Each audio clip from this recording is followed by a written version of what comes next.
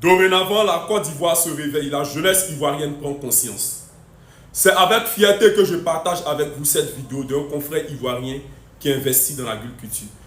J'ai été tagué sur plusieurs vidéos où il y a une vague de jeunes ivoiriens qui ont décidé de se consacrer à l'agriculture en Côte d'Ivoire. Élevage de poulets, élevage de bœufs, élevage de moutons, les champs de riz, manioc, bananes, café, cacao. Nous avons un très bon climat sur le sol ivoirien. Nous pouvons arrêter d'exporter les vivres et nous pouvons cultiver toutes sortes de vivres ici en Côte d'Ivoire. Nous avons un climat qui nous permet au nord de faire les champs d'oignons et pommes de terre. Nous avons un climat qui nous permet au sud de cultiver le riz, le manioc, la banane. Nous avons un climat au centre, à Yamsoko, qui nous permet de cultiver l'igname. J'ai également vu la vidéo d'un confrère ivoirien qui a été une fierté pour moi, qui demandait au gouvernement ivoirien de le financer afin qu'il puisse faire l'élevage de bœufs, de moutons. Je m'adresse ici au président de la République. Monsieur le président, votre pays est bondé de jeunes. Les jeunes sont beaucoup, même commencez par moi-même. Nous sommes full ici, quoi. Donc, mettez juste des moyens. Vous allez voir qu'on va faire des élevages. On peut élever aussi. Là-bas, il n'y a pas herbe chez eux plus qu'ici. Ici, là, il y a herbe abondamment même.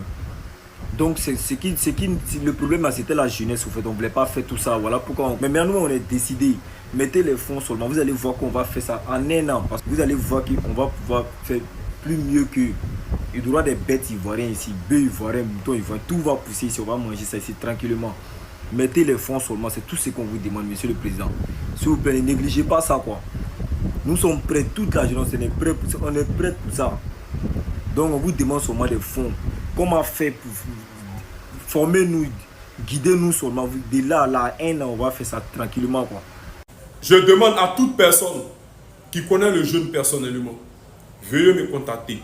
Nous allons l'aider dans son combat afin qu'il puisse avoir une aide vis-à-vis du gouvernement pour pouvoir financer son projet.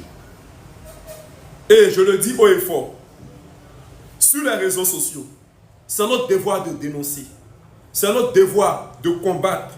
Il est également de notre devoir d'aider. Voilà pourquoi je fais ce post en disant pour toute personne qui connaît ce jeune personnellement, veuillez me contacter. Je vais l'aider dans son combat afin qu'il puisse avoir une aide vis-à-vis de notre gouvernement qui a la main sur le cœur et qu'il puisse mettre son projet. Car le projet qu'il nous présente n'est pas un projet personnel. C'est un projet qui pourra partir au profit de toute la Côte d'Ivoire, au profit de tous les Ivoiriens. Et à travers cette vidéo, je tiens encore à féliciter ce jeune et vous dire que c'est ce genre de requête que nous recherchons.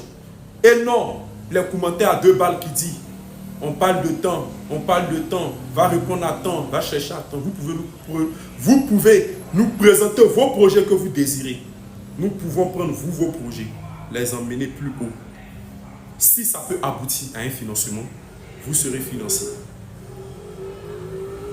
On peut se servir de nos réseaux sociaux, acquérir beaucoup de choses et non rester uniquement dans les bassesses. La famille, c'est tellement rare de voir des jeunes qui s'intéressent à l'agriculture. C'est tellement rare de voir des jeunes qui ont fréquenté, mais qui décident d'aller cultiver la terre ou encore les champs.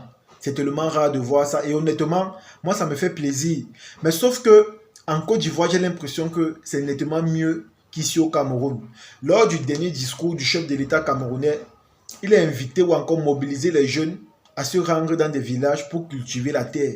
Parce qu'une chose est sûre, la terre ne ment jamais. Dieu a poussé les jeunes, au lieu de rester là et d'attendre que l'État les emploie, ils doivent aussi penser à s'auto-employer et à créer des entreprises. Du coup, quand j'ai écouté ça, je vous assure, c'était une bonne chose. Mais la seule chose avec laquelle, moi, tout au long de ce discours, je n'étais pas d'accord sur le fait que, c'est vrai, on pousse les jeunes ou encore les encourage à rentrer dans les villages, cultiver la terre. Mais dites-moi, est-ce que les moyens ou encore les mesures d'accompagnement ont été mises pour aider ces jeunes? Voilà autant de questions que je me pose. Ici au Cameroun, par exemple, on a encore ces problèmes de route. Vous allez voir, les terres les plus fertiles sont dans les endroits reculés. Et c'est là-bas pourquoi? Parce que ce sont des terres qu'on n'a jamais cultivées depuis des siècles et des siècles. Donc c'est vraiment fertile. On n'a pas encore eu à exploiter ça comme il faut. Mais sauf que quand tu vas aller cultiver là-bas, tu auras des difficultés à revenir avec tes denrées alimentaires. Tu auras des difficultés parce que les routes, il n'y a pas. Les routes, il n'y a pas. Et c'est ça le problème majeur que nous avons ici. On peut bien rentrer, faire des cultures parce que la terre ne mange jamais. Quand tu cultives, tu revends, c'est que tu vas gagner beaucoup d'argent. Mais est-ce qu'on aide les jeunes avec des choses essentielles ou encore nécessaires? Non. Voilà autant de questions. Quand moi je vois les jeunes avoir cette volonté en Côte d'Ivoire de retourner cultiver la terre, honnêtement ça me plaît. Ça c'est la preuve qu'ils sont décidés, ils ont le courage qu'il faut pour surmonter certaines activités ou encore certaines intempéries. Mais la seule chose qu'ils demandent chez eux, c'est qu'on les accompagne. Et notamment, il s'agit forcément du financement. Ça, c'est une réalité. Mais chez nous, on peut même laisser le financement parce qu'il y a des problèmes les plus minimes qu'on n'a pas encore résolus. Donc, raison pour laquelle on ne veut même pas regarder le côté financement parce que là-bas, c'est autre chose. Si on se met à parler de ça, je pense que si les jeunes voient même ce côté-là, ils ne vont jamais avoir le courage de rentrer cultiver. Donc, raison pour laquelle, ici chez nous, par exemple, la seule chose qu'on demande, ce sont les infrastructures. Et quand on parle d'infrastructures, pour les agriculteurs ou encore des jeunes qui décident de rentrer au village, ce sont les routes. Les amis, ce sont des routes. Parce que les champs sont vraiment éloignés. Les bonnes terres sont au fin fond des endroits où vous ne pouvez même pas imaginer. Les endroits où il y a seulement la brousse, des arbres. Et quand tu regardes comme ça, tu ne vois rien d'autre à part cela. Et pourtant, il y a des jeunes qui ont de la volonté, de la force ou encore de l'énergie. Parce qu'une chose est sûre, on a finalement accepté notre destin. On a finalement accepté qu'on ne peut pas tous travailler pour l'État. Ça, c'est une réalité. On a finalement mis ça en tête. On ne pourra jamais tous travailler pour l'État. Mais est-ce que vous aidez alors les jeunes qui ont la volonté de retourner dans les champs? Non. Donc, vouloir les encourager avec la bouche en disant que allez, allez, c'est tellement vague. C'est tellement vague parce que tu peux avoir ton petit argent, tu peux faire tes champs, mais il y a des réalités. Il y a des réalités. Lors de la saison pluvieuse, par exemple, c'est vrai, il pleut, ça arrose les plantations, c'est bien, mais quand tu cultives cela, pour revenir dans les villes, pour vendre, c'est tout un calvaire. Il y a des gens que parfois, quand ils finissent de récolter leurs produits ou encore leurs denrées alimentaires, ils sont bloqués dans les routes. C'est-à-dire, ils prennent des voitures, mais ils sont bloqués pendant une semaine. Et c'est comme ça que leurs denrées finissent par pourrir. Et c'est ça qui décourage. C'est même ça qui énerve. Parce que tu te bats, tu fais des sacrifices et tout. Maintenant qu'il faut récolter tes produits, tu es bloqué en route parce qu'il n'y a pas les routes. Donc, à travers cette vidéo, ce que moi déjà je vais dire, c'est que je suis fier de voir des jeunes qui, au lieu d'attendre tout de l'État, ont déjà ce courage-là de vouloir oser ou encore d'essayer.